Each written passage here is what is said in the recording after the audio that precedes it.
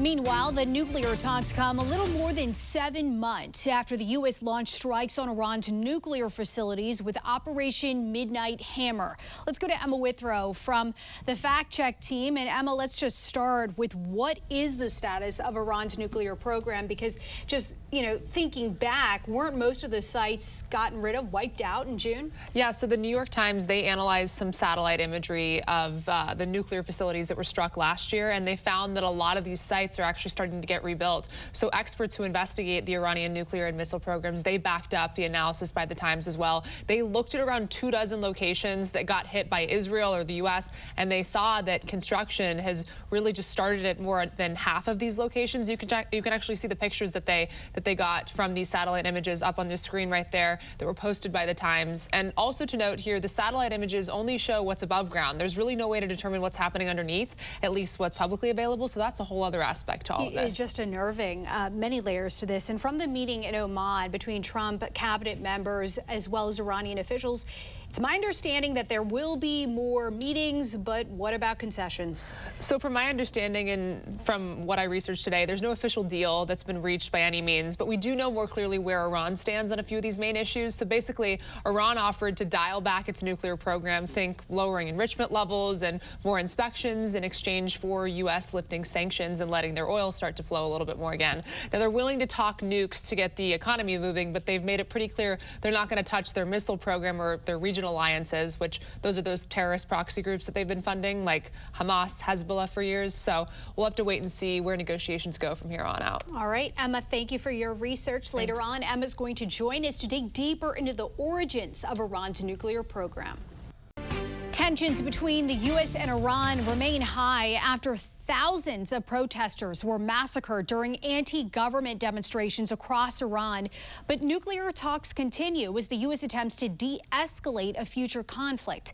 Let's go to Emma Withrow from the fact-check team. If we look at the timeline here, Emma, didn't their nuclear program start in, the 50s, around the same time that the U.S. launched the Atoms for Peace strategy? It all happened around the same time. Yeah, it's been happening for a long time now. It goes back decades. Like you said, according to a report published by the Congressional Research Service, Iran's nuclear program started in the 1950s, and then the United States started kind of getting concerned that Tehran might develop nuclear weapons in the mid-1970s.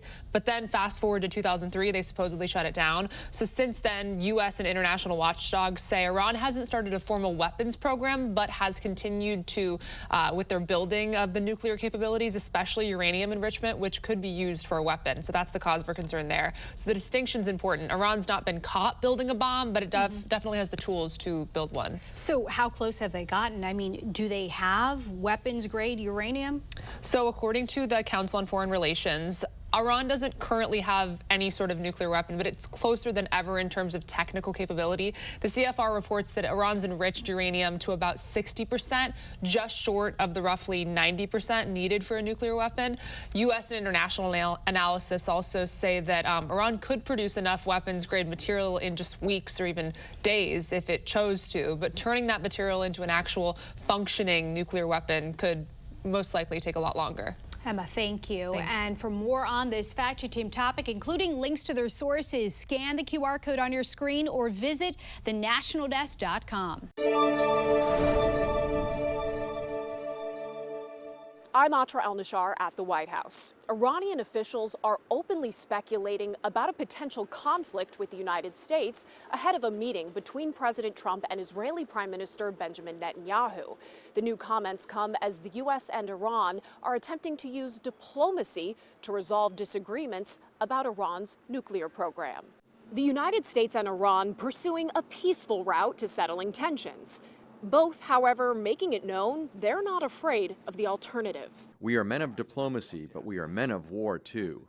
The U.S. wants to prevent Iran from developing a nuclear weapon. Iran wants the U.S. to lift sanctions detrimental to its economy. The first indirect talks were mediated by Oman last week. I think Iran looks like they want to make a deal very badly, as they should.